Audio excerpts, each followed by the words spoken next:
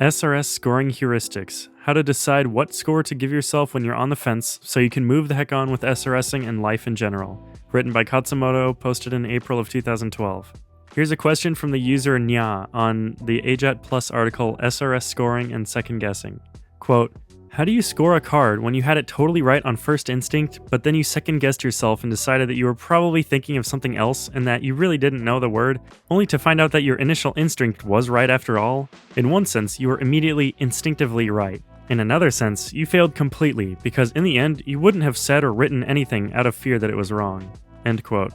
Here's another question from Mariah on the AJATT blog post, How to Score Reps in Sudosu. Quote, one thing that's always bugged me with this is, what do you rank it if you have to use the hint? For example, if you can't remember it at all and then read the hint and get it completely correct, would you still rate it as a 0?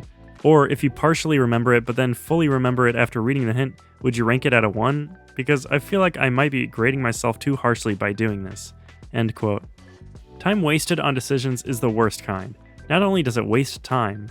Footnote 1. Time wasted, wasted time. You can tell I ate my insight bar this morning. End footnote. But it weakens the body.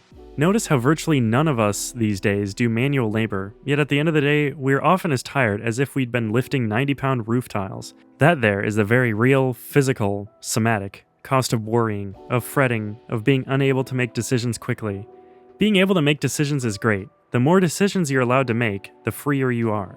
But a decision can and will also become toxic if allowed to remain in the body, in the system, as it were, for too long.